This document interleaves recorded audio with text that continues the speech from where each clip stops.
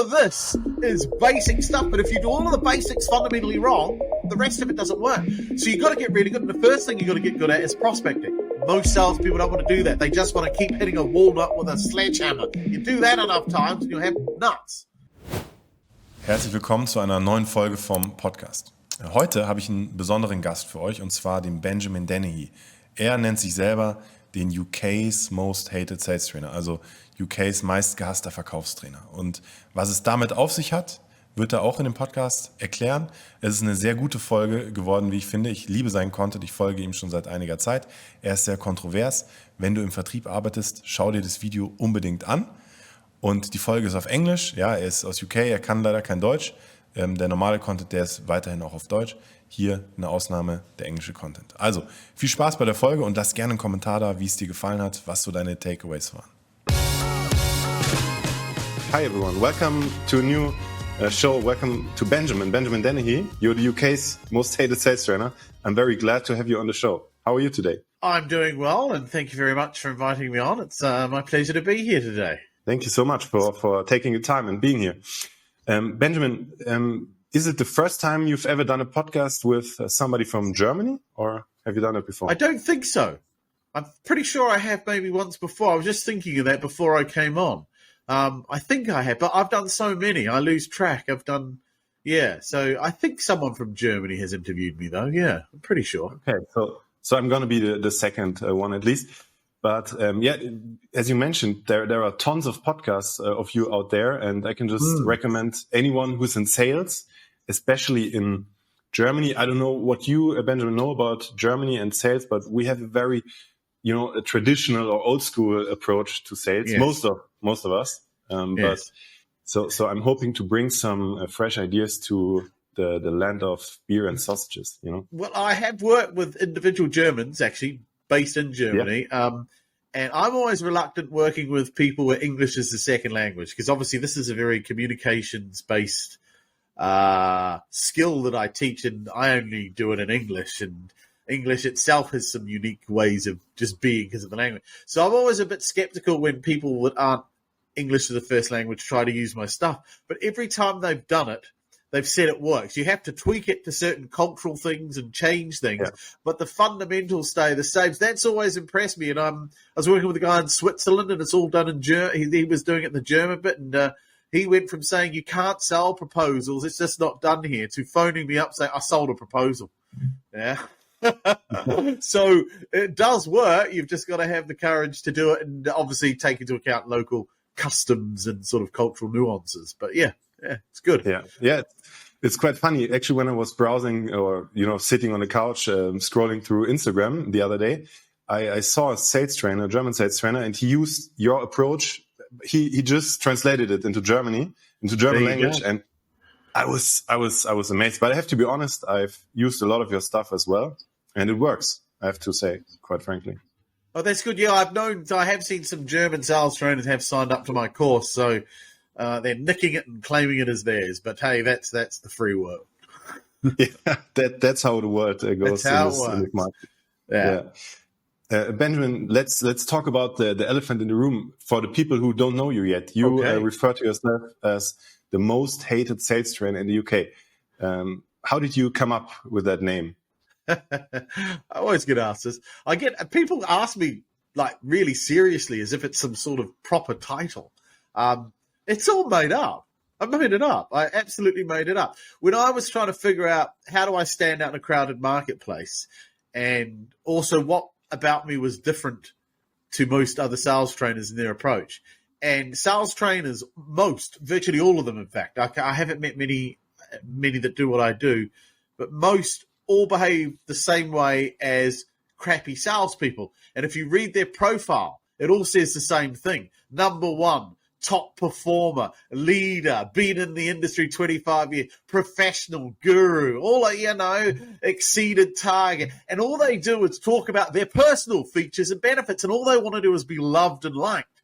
And I've always said, well, you don't need to be loved or liked to sell. You just got to be respected. So that whole approach was wrong. So I realized everyone in sales training wanted to be loved.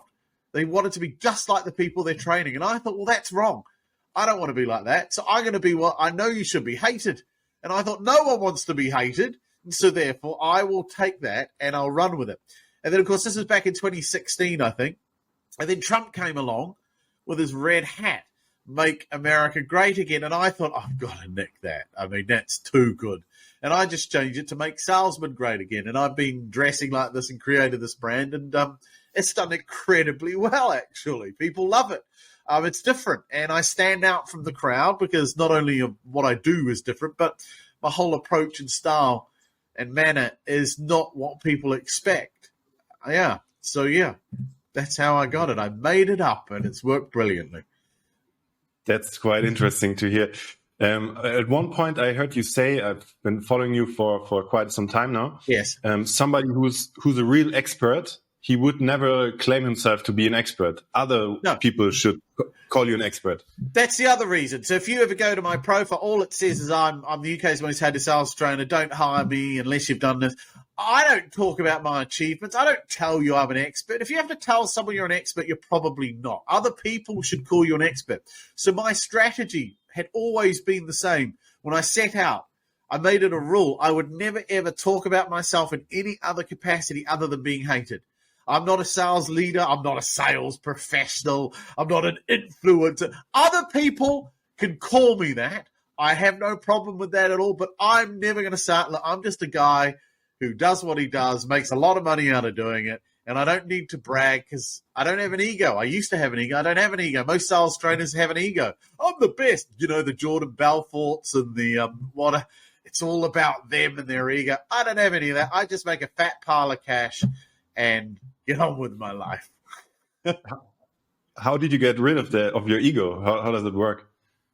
By discovering that you are the least important person in the sale. This is the problem. Most salespeople have what you would call an influencer-type personality. They like to be liked.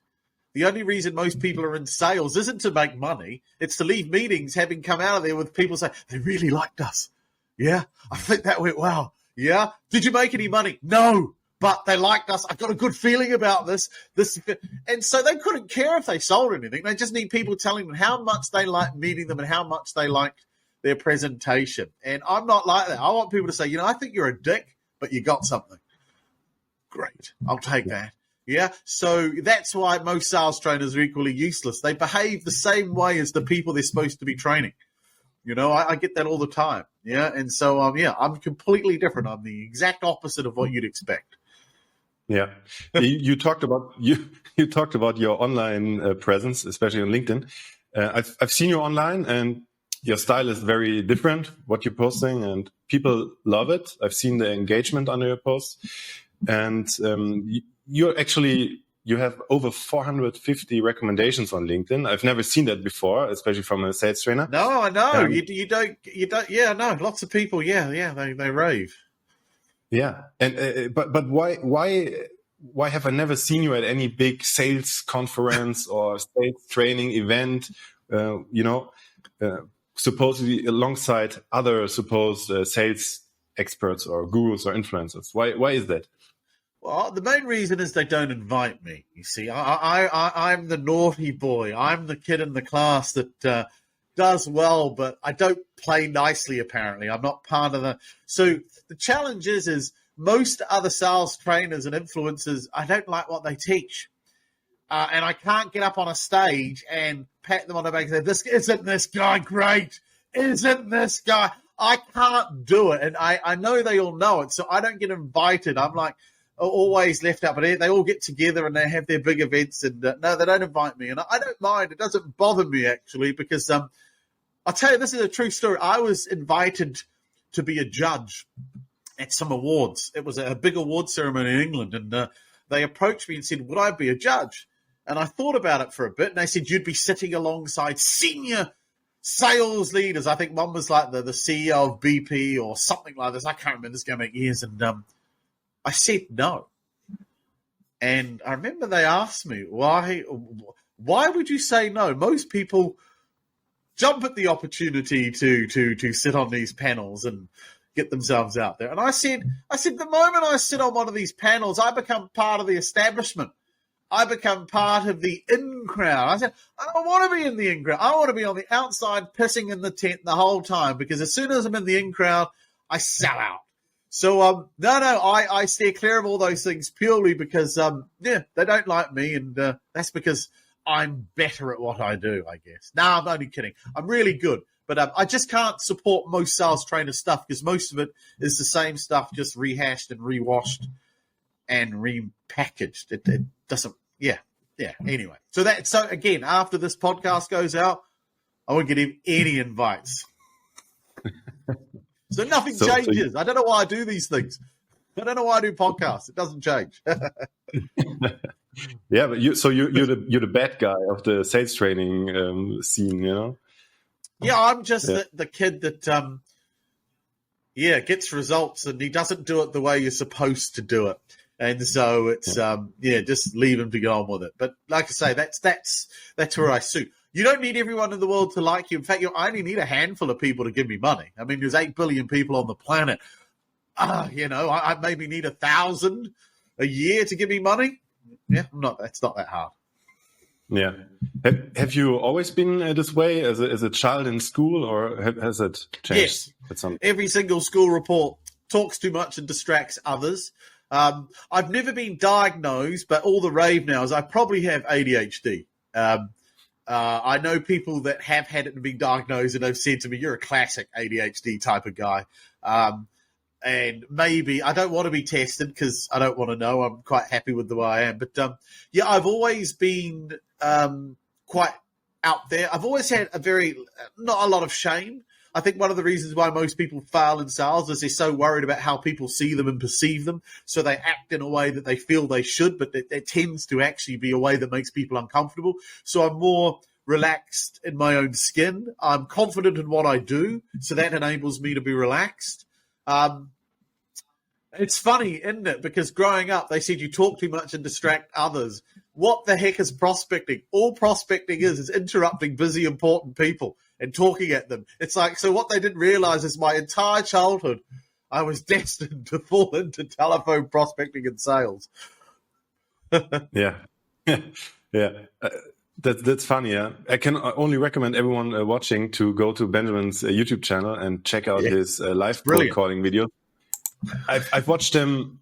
I've watched every single of your cold calling videos at least a few dozen times because it's just brilliant. But that brings me to another point, Benjamin. Most sales trainers, they don't do cold calling publicly or upload videos as you do it live on LinkedIn. I've also seen the Salesfinity live shows.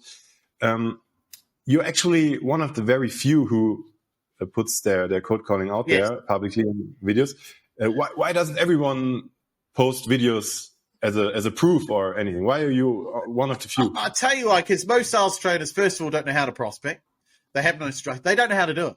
They teach the same old tired, pathetic, sort of jaded stuff that you could get by just blowing dust off of the corporate manual on your first day at the office. They don't do it. So because most of them can't do it, they don't demonstrate it. If you see, so I sort of started the trend on LinkedIn. We're going back a while. No one would live cold call or put their recordings up. So I was one of the first people to do it, I believe. And it went viral. The first time I did it, it was like viewed over 150,000 times. I had CEOs from all over the country and the world contacting me, say, I'd love to get you in to talk to my guys or do some training with my guys. I've watched your video. It was like blew people's minds. When you see people now doing live cold calling, what you realize is most of them are sort of copying me. You see, they've structured their calls the same way. So I've put out there a structure that is consistently repeatable that works. When it doesn't work, you can explain why it didn't work. When it does work, you're able to explain exactly why you got the appointment. And a lot of other sales, they work in the world of SaaS, and I hate SaaS. I hate SaaS because it's taught people to be the worst type of salesman. SaaS companies are all VC backed. They don't care about anything. The only thing they measure is metrics that look sexy to talk about at board meetings. So number of dials, number of demos, number of proposals. All of that means nothing if no one's giving you cash, right? And then they have these beautiful projections. Projected income for the next 10 years is 350 billion based on, and it's all made up smoke. And so when you see them prospecting, if they phone someone up, oh, sorry, sorry to bother you. Can I have 30 seconds? Or do you want to chuck your phone out the window? Oh, okay, go on. Look, I just wanted to introduce our service, blah, blah. Look, I wonder if we can have 15 minutes in your diary next week to go through. And then they consider that to be a good prospecting call. So if they're phoning up someone to ask them for 15 minutes to do a demo. And you do that in volume and you'll make money. But that is not a sales skill. And this is why no one really wants to show off doing this, because what are you doing? You're just phoning people up and begging to get in their diary for another 15 minutes to show them a demo. At the end, they'll say, okay, I'll do the free trial or not. I mean, that's not selling. That's not prospecting. So when I do it, people actually see me and go, gosh, this guy's good. He actually talks to them. He gets them to engage. He extracts so much information. You can see them. They all answer his questions. I never talk about me or my product. And people watch it and they go, well, it's just good to watch. And it is, because everything I'm doing, I know why I'm doing it and the reason behind it. I'm not phoning up, begging people to get in front of them, because I'm not a loser. Yeah. I think one of the key things I've learned from you is to always answer a question with a question. That's what you also show in your life code calling. But I think, or what I see in my own experience when I work with salespeople is it's very hard for them to get rid of just putting out their statements and stuff. How can you become better at, or how can you get better at asking questions and being so sharp? It's purely practice. And the problem with I say this all the time. Let's be honest. 95% of people watching this podcast didn't want to be in sales. They had better plans for their life. They had dreams, they had aspirations, they had hopes. And then reality came crushing down on them and they had to get a job, right? So you go to university, you study bloody sports psychology or gender studies or some rubbish like that. Who's going to pay you for this crap? No one. But you got a degree, you look good in a suit, and you can string a sentence together. You're qualified to enter the world of sales. And when you need a job, and you need to pay the bills, who's always hiring? Always people looking for salespeople, yeah? So most people fall into it. So deep down, they don't even want to be there. And that's the biggest problem with most salespeople. Deep down, they don't want to be where they are. So if you don't really want to be where you are you going to invest the time, the money, and the effort to get really, really good at it? No. Most do just enough to get by. In fact, you look at the average salesman's CV. They seem to change jobs every 12 months. They put it down as looking for new challenges, which is code for I was going to get fired, so I figured I should find another job. So this is the biggest problem with salespeople. So what I teach takes a lot of work. It took me years to get good at this.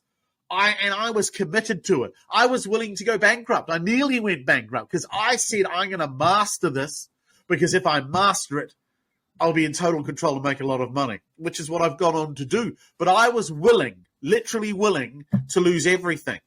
Just like when you go to university, are you willing to take out $100,000 loan because you believe in yourself? Yeah? And so for salespeople, all you got to do is look good, not dribble, wear a suit, and you're pretty much qualified to be in. No effort, no requirement, no qualification. That's why so many don't get good at what I teach, because they just can't be bothered. They say they want to get better, but they don't. It's like a fat person saying they want to lose weight but never loses weight. You don't want to lose weight. You just like saying you're going to lose weight. And salespeople say, I want to make more money. I want to be a millionaire. Then why aren't you? It's not my fault. And what would you recommend somebody who says, I really want to walk the talk. I want to master the skill of selling. What are the steps to becoming successful in mastering this art? Well, first of all, you need to follow a structure. Just like a golfer or a swimmer, you have to learn the moves. You have to learn how to stand, where to put your feet. Where your feet have got to be facing in the right direction. You got to know how to grip the club. All of this is basic stuff. But if you do all of the basics fundamentally wrong, the rest of it doesn't work. So you've got to get really good. And the first thing you've got to get good at is prospecting. If you can't talk to a human being on the phone, a total stranger, make them comfortable, be able to extract information without irritating them, and get them to invite you in, you're going to be crap when you're in front of people. Yeah, because this is a skill. Yeah? You're not phoning up begging to get in people. I'm going to be in the areas, or if you just pop in and they say, yeah, all right, go on then. That is not a skill. Anyone can do that. Done in volume, that is not a skill. No, I'm able to tell you why someone met me. I'm able to tell you why they did what they did, because I have a structure. So you need to get good at the fundamental basics. And selling is the art of communicating. It's talking to another human being. It's not hiding behind a keyboard. That is hard for most people because we haven't been taught how to do that. So you have to learn that. You have to understand human psychology. I've read lots of books. understand how people communicate, understand how you behave and how it affects others. You've got to be an actor. You've got to be a good listener. There's all these moving parts that you've got to get good at individually and then bring it together like a symphony. Most salespeople don't want to do that. They just want to keep hitting a walnut with a sledgehammer. You do that enough times and you'll have nuts. Yeah, that suits quite good to my next question. You're quite controversial on LinkedIn, and I just want to read one of your latest posts from 3 days ago. We can show it on the screen now. You said, and I really love the post, by the way. A new rule for LinkedIn: if you're going to write a post that says "cold calling is dead," does anyone cold call anymore? Why I don't cold call, or similar, you must lead with, as someone who can't effectively cold call, I ... If not, F off. Is that basically what you're trying to say, right? Yeah, so obviously LinkedIn's social media. So the purpose of social media is clickbait. Your job is to get people to read your stuff. So it seems like every 10 days, somebody posts, cold calling is dead, cold calling doesn't work. If you're cold calling, you're wasting your time. And it's always the same people going on about how awful cold calling is. They've never been. It's because they suck at it. That's it. I don't know how to build rocket ships. So it's like me saying space travel's nonsense, space travel's bullshit. You're never going to travel to space. No, I won't, because I don't know how to build a rocket, but I don't diss it. Or bike riding. I can't ride a bike, I can't balance, therefore bike riding doesn't work. I mean, only people that can't do prospecting say it doesn't work. I know this because I built my business from cold calling. All of my clients build their businesses from cold calling. I've worked with a company listed on the UK stock market, valued at over $1 billion. Started off in a shop above, a room above like a takeaway with 4 guys on the phone, and grew and grew and grew. And all they do every day is hit the phones. So the idea that it doesn't work is nonsense. And what a lot of people buy into is all this technology and software. And I'm going to do some more stuff on this because you got all these CRM systems, Gong and HubSpot and Zoom and all of it. And they all tell you, we will help you make sales. Bollocks. All of those systems are useless if you've got a monkey using it. Yeah? And so it's got nothing to do with the system. I'm going to do a series of me getting demos of these platforms. And I've done it. And all I do is keep asking them, how will this make me a better salesman? Well, what we're going to do is we're going to enable you to do this and enable you. Yeah, I know, but how does that make me a better salesman? None of their platforms help you be better salespeople. They're simply there to collect data so that the sales manager can sit in a boardroom and rattle off all these wonderful statistics. We made 462,000 calls last year, had 842,000 conversations. Of that, 30,000. It doesn't make anyone in the business better at selling. They're pointless tools. I still use a spreadsheet. I use an Excel spreadsheet, phone number, name. If I get a meeting, they go green. If they tell me to sod off, it goes red. And if I haven't spoken to them, it's still in black. I don't need to leave copious notes. Had a good chat with them. Now's not the right time. Probably call them back. What are you doing? You're wasting time. You've created admin where there need be no admin. This is all designed to keep you off the phone. It's 5 minutes between calls. I make 10 calls an hour. But I've got great notes about not achieving anything. Because it feels good to do something, to have just put some notes in there, write a proposal, even though the customer isn't qualified at all, all those time wasters. Yeah. And this is what salespeople do. Salespeople love looking busy. Managers love them looking busy. Managers like documents that say they've been busy. VC capitalists like documents that say, if we do this, we're going to make it. It's all built on a house of cards. I could make 100 dials to the talking clock. Yeah. He's made 100 dials. 100 dials. No. Why aren't you getting past gatekeepers? I don't know. Maybe we should work on that. Rather than measuring how many dials you make, maybe we should be saying how many gatekeepers stop you. We need to get that number down. Rather than numbers up, we need to get numbers down. I want you talking to less people but having better qualified conversations. Yeah? If you're talking to 20 people a day, something's going wrong. Yeah, I love that. Ganz kurze Unterbrechung hier aus dem Schnitt. Wenn du das Video bis hierhin gesehen hast und es dir gefällt, also wenn du sagst, die Inhalte von Benjamin Dennehy, die finde ich gut, dann lass gerne einen Kommentar da. Also mich interessiert vor allem, was gefällt dir, was genau ist es, wo du sagst, das werde ich mal ausprobieren, das habe ich vielleicht auch schon ausprobiert in meinem Sales, da bin ich sehr gespannt, weil seine Themen, die sind ja schon sehr kontrovers. Ich finde sie gut, bin gespannt, was sagt ihr dazu? Und vor allem eine Bitte, abonniert den Kanal. Damit würdet ihr uns hier sehr unterstützen, mehr Reichweite, bedeutet auch, wir können noch mehr Leute hier einladen, die ihre Ansichten entsprechend teilen. Also, ich freue mich auf dein Feedback, lass gerne dein Abo da und jetzt viel Spaß beim Weiterschauen. Another big learning, or key learning I took from you, from your content, was you said you want to have five conversations with decision makers every day. And before you didn't reach that, you're not going to stop prospecting. And I took that for my own sales approach. And I gotta say, I really love it. I'm taking 1 hour every day in my schedule and doing the phone calls. And I won't stop, before talking to five decision makers. And sometimes it takes very long. Sometimes it gets really quick. Sometimes it's quick because this is it. If you wanted to help your salespeople be successful, you got to measure what matters, not measure what looks good. Yeah. And metrics like dials, talk time, or appointment set are actually poor metrics.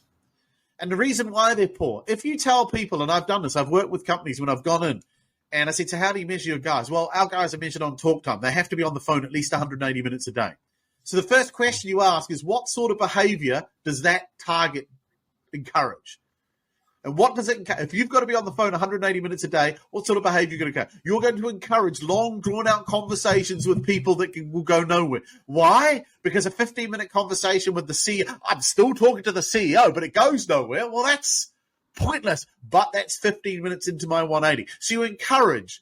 If you encourage appointments, if you say you must get 3 meetings a day, what does that encourage? They will get anybody, anything that says yes into the diary, whether or not they're qualified, whether or not they're relevant. They just need someone to say yes to an appointment. And the odds are that appointment won't even be sat because 2 weeks later, the person who originally agreed to it looks at the diary and says, what the hell am I mean? What is this? I'm not even going to that. I don't even remember the conversation. So they measure things that don't matter. So I say measure what matters. And what matters is talking to 5 decision makers every day in your target market. Because if I talk to 5, and by the end of the week, I've done that 5 days a week, that's 25 conversations. If I haven't secured an appointment, it means either what I'm saying doesn't resonate or how I'm saying it.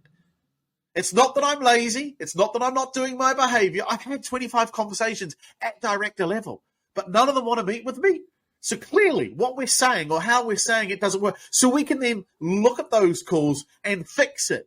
You don't have to wait until the end of the month to figure out that a salesman is going to fail.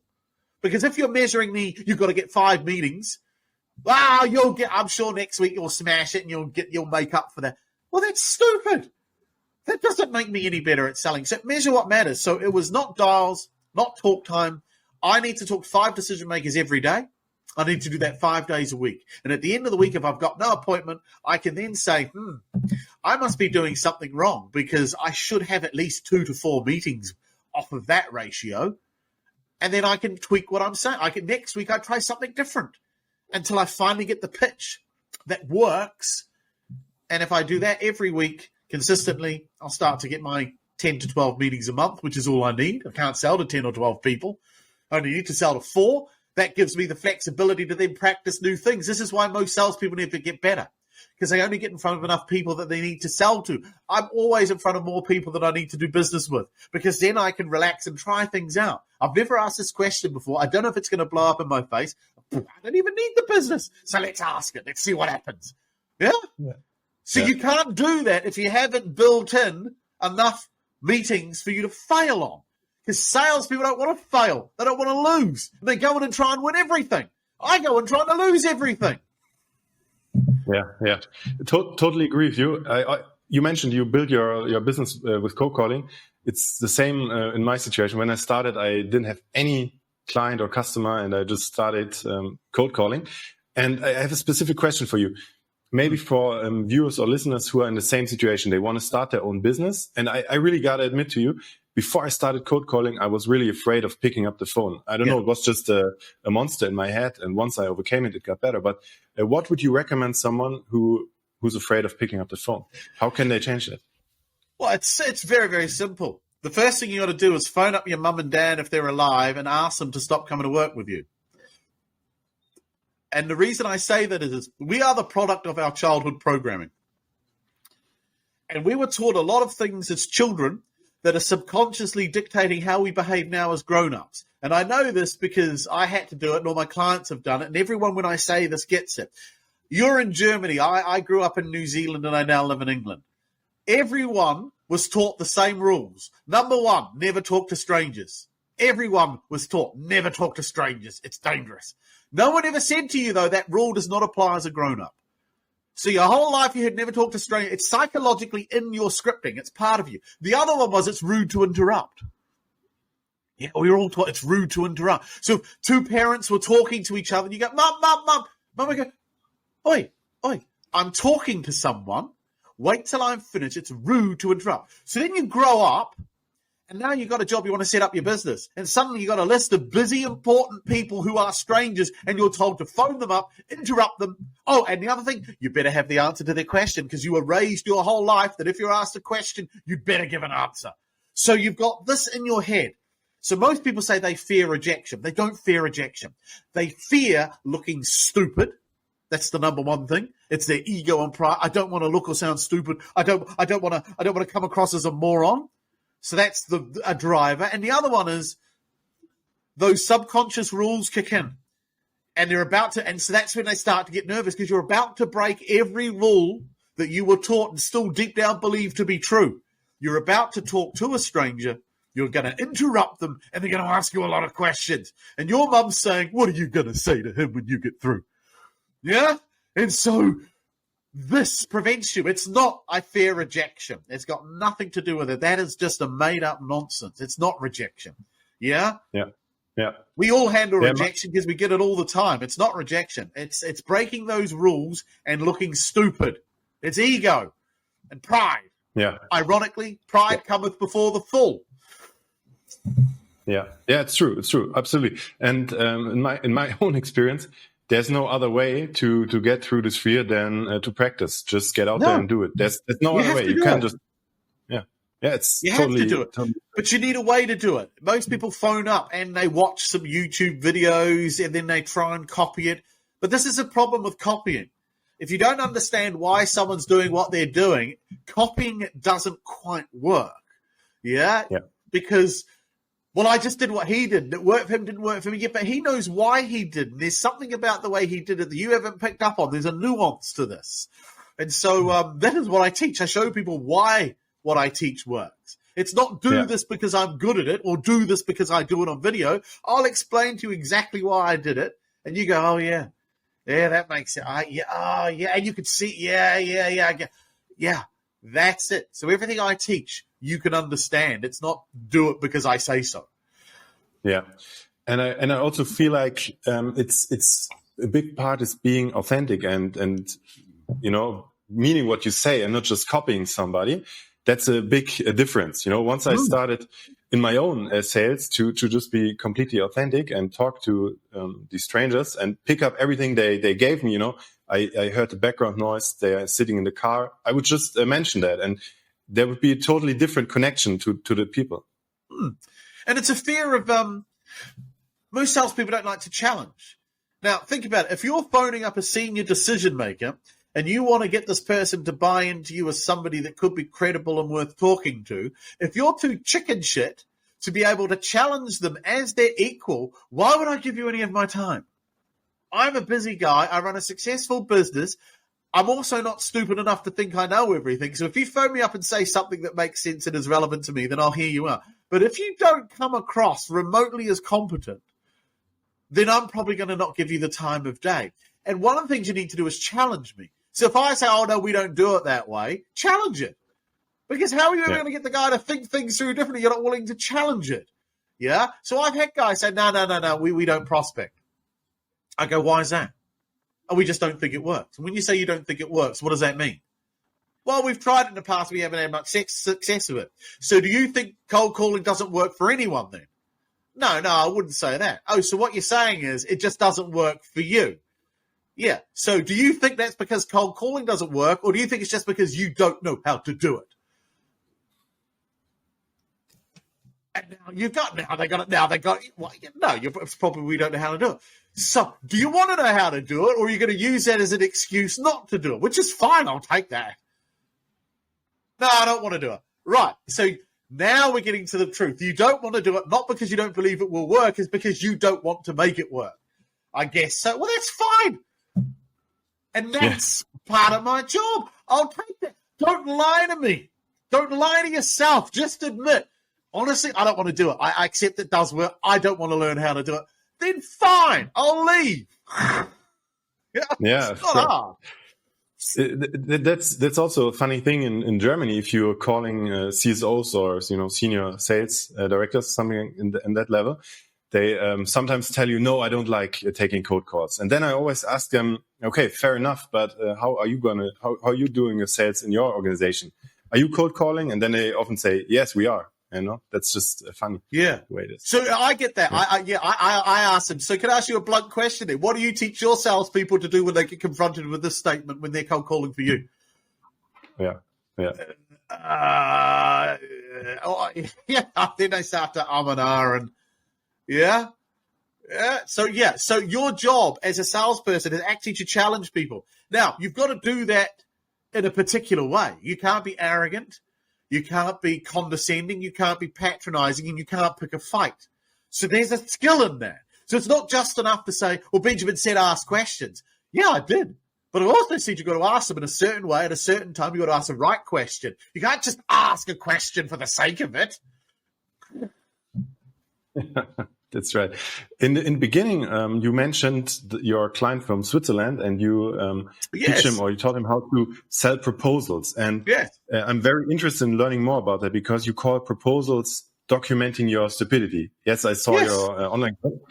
I even heard you say a few times you charge for a proposal, potential customer who sends you an inquiry. I mean, at least in Germany, that's unheard of for most sellers.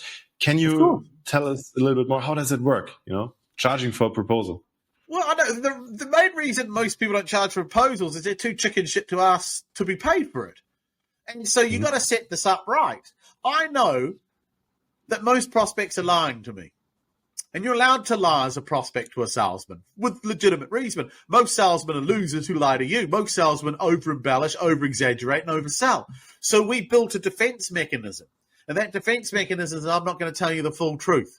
So my job as a prospect is to come in and pump you for as much information as possible based on what I know, and then say, well, look, you couldn't write that down for me. And then I take that document and I shop it around.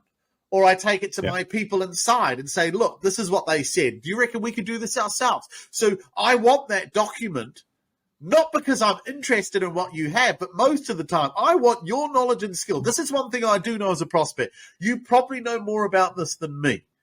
So what I'm going to do is, knowing that as a salesman, you're needy, you're emotionally desperate, and you need to make a sale, you're going to do everything to win my favor. And that's probably going to tell me how to fix my problem.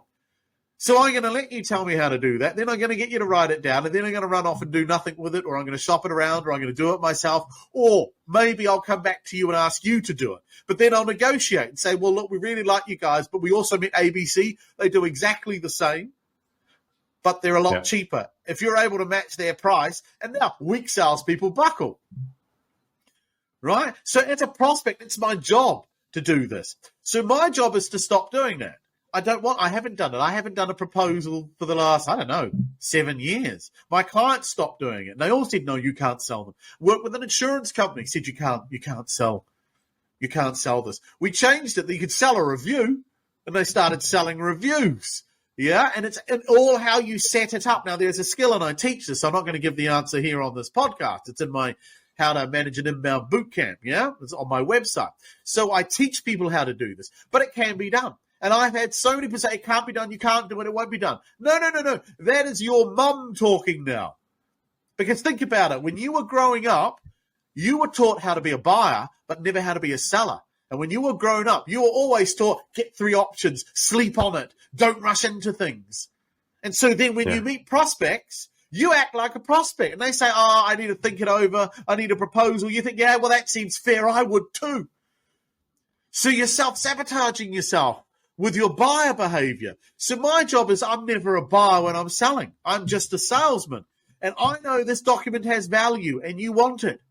So if you want me to tell you how to fix your problem, you're going to have to stump up some money. Selling is the only profession where we give it away.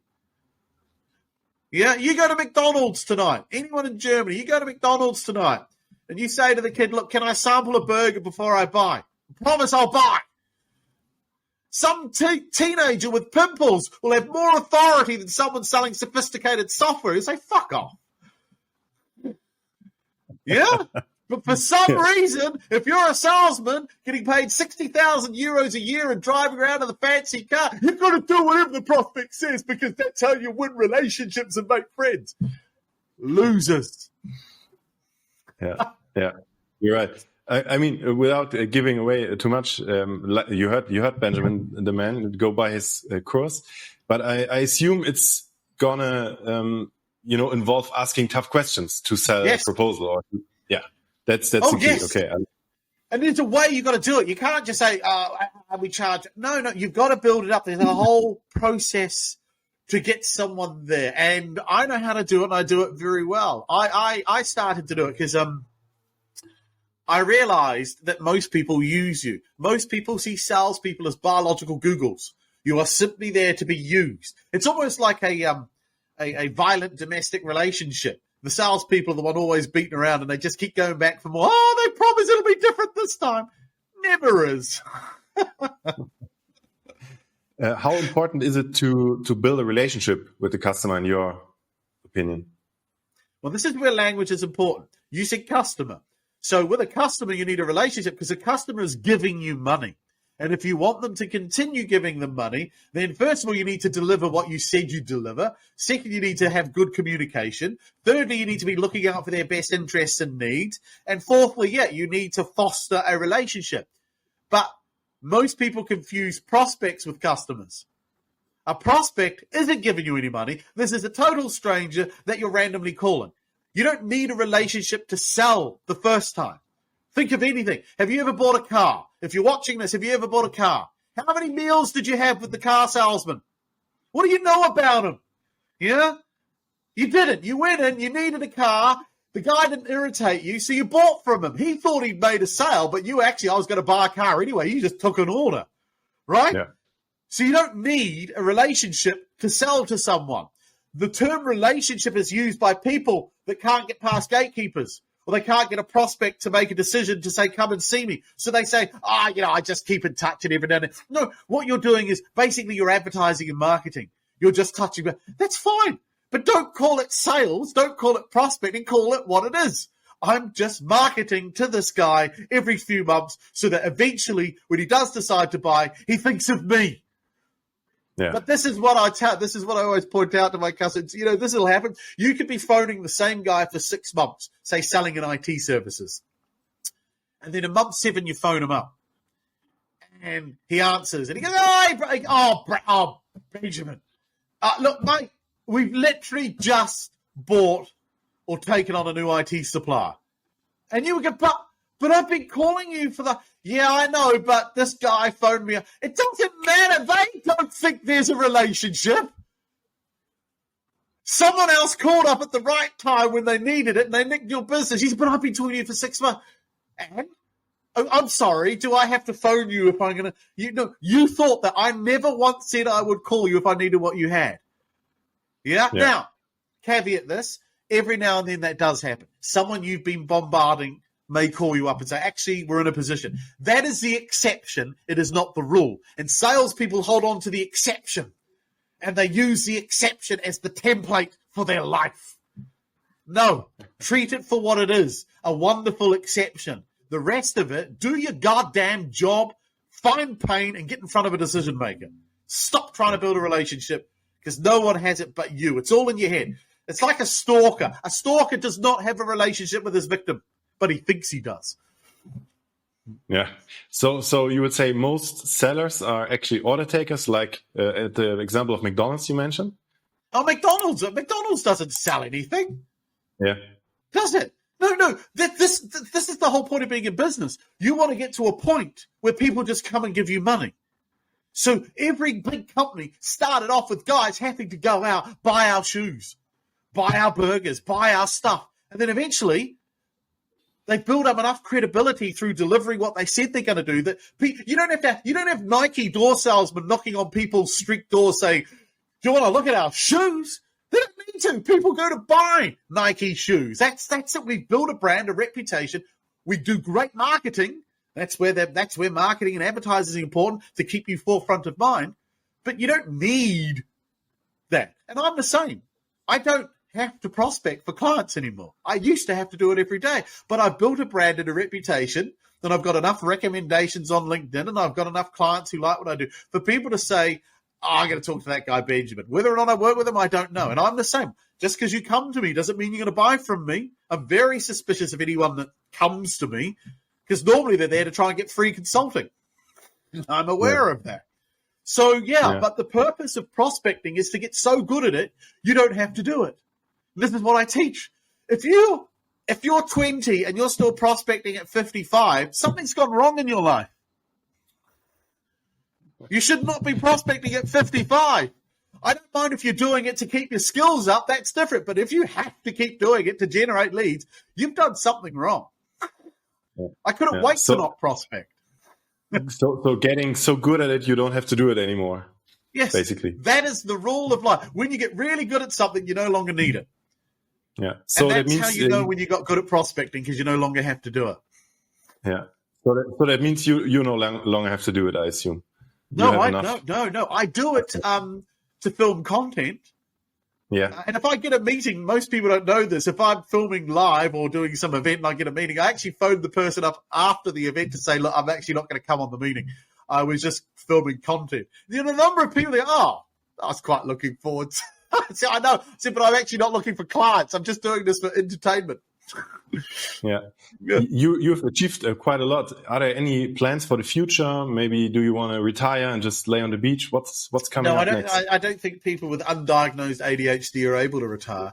Will I retire? I don't really feel like I have a job. I was with a friend in the weekend, and he was telling me his 10-year plan. And he wants to retire at 58, and he's got his finances. So this is a good friend of mine, and he was talking me through his plan. And he said, what about you? When are you going to retire? I said, well, I got nothing to retire from. I don't really have a job. I said to people, I just do what I do. It's this is a lifestyle for me. I may get to a point where I don't want to keep doing it. But no, I'm going to continue what I'm doing for some time. I do most of my stuff online now. I used to love going in and doing the corporate work and getting in front of sales teams. But that, again, was vanity. As I've got better and as I've got older, I've realized I like to do that because it was the theatre. But it was more about the showmanship and all of that. But the reality is big companies, corporations, they don't change. So I can go and I can spend 6 months with a group of guys, but within a year, they're right back to where they were before I started. So I like now working mainly with individuals or small teams of people that are spending their own money, investing in themselves. So it's not the company paying. They give me their money and we work together and they see tangible. So single accountants, single lawyers, people that have 2 or 3 sales with smaller businesses and individuals. And that's where I see the greatest results in my work because they focus that this stuff works. Like I should be shocked. Yeah.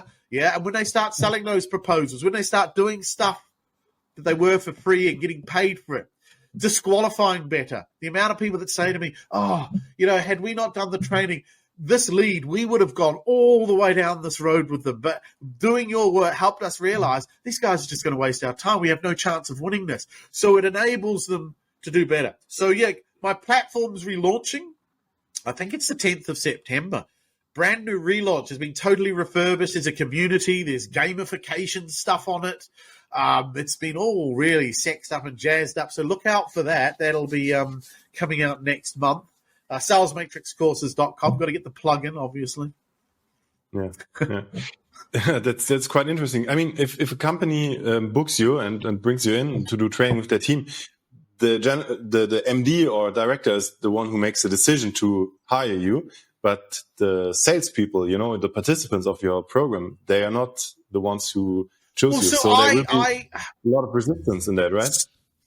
Yeah. So what I did is now, if I ever do corporate work, I do it on one condition: the salespeople have to have paid towards the training out of their own pocket now.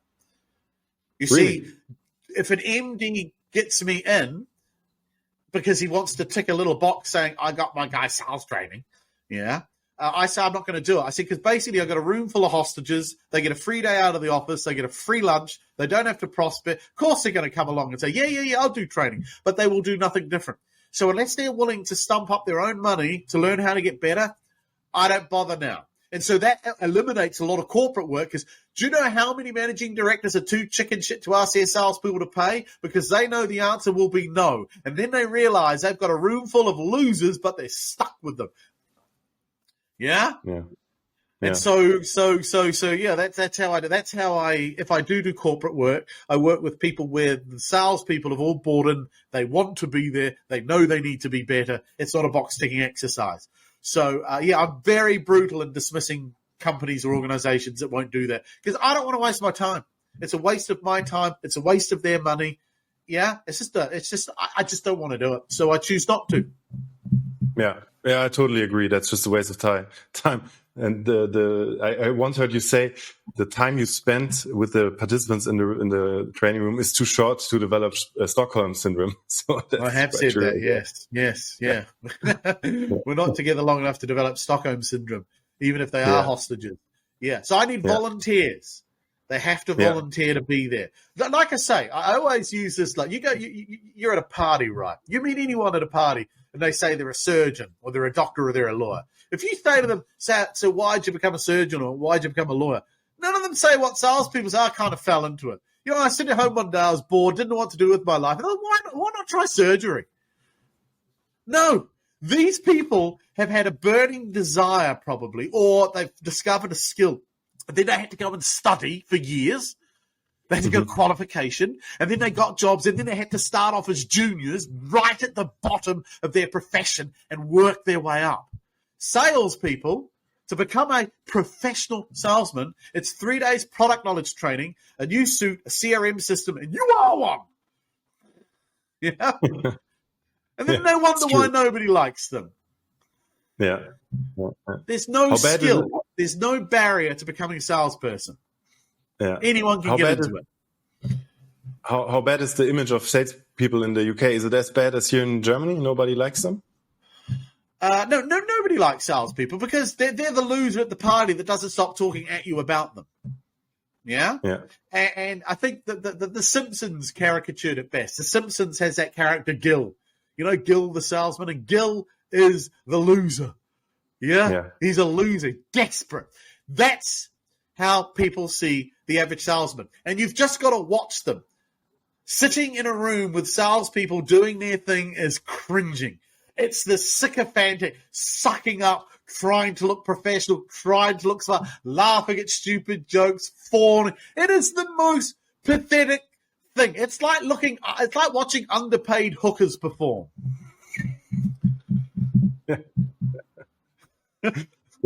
That's true.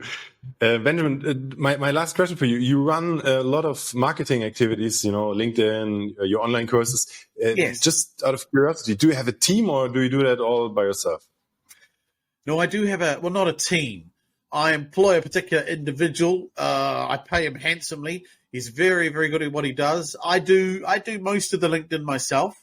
I used to be vociferous. I've done it. LinkedIn's changed, though, and I've had to learn to write to a different style. So I went on a training. There's a couple of guys, the Ratcliffe brothers, and I've done their course.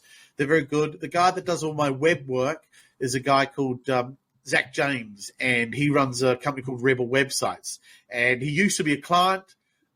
He does extremely well building sophisticated, not even websites. It's inbound marketing machines. So, like I say, I don't have a problem with any form of marketing or advertising.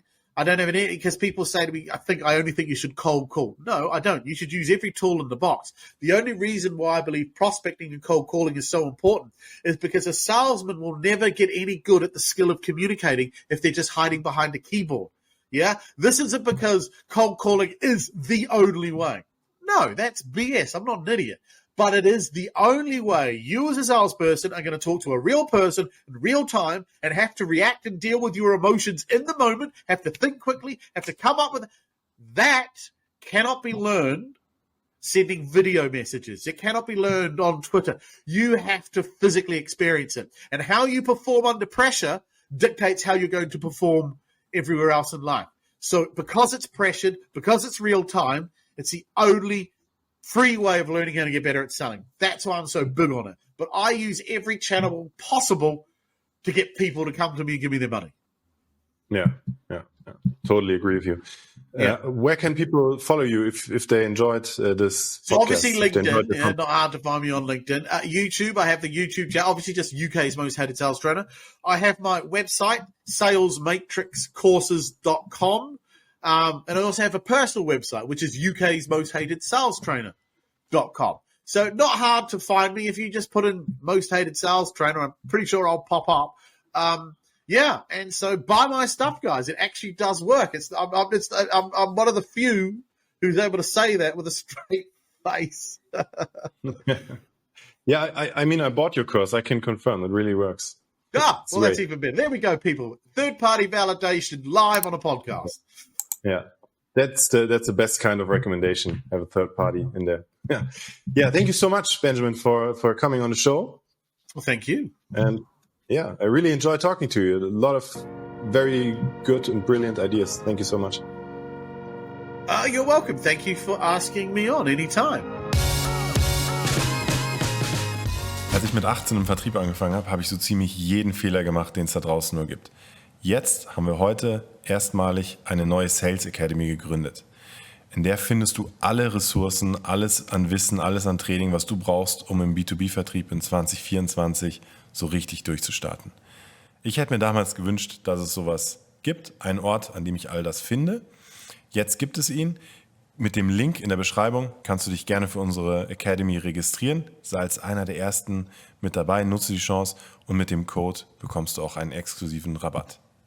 In der Academy findest du Trainings, eine Community, wo du dich austauschen kannst mit Gleichgesinnten, die auch im Vertrieb unterwegs sind. Du hast die Möglichkeit, deine echten Kundengespräche hochzuladen und bekommst dann Feedback von mir. Wir machen Webinare, wir machen Live-Calls, wir machen Feedbacks zu Kaltakquise. Ich lade auch eigene Kaltakquise-Videos dort hoch, die ihr dann mit mir gemeinsam anschauen könnt, um so noch mehr Traction zu bekommen, noch mehr Erfolg in der Akquise.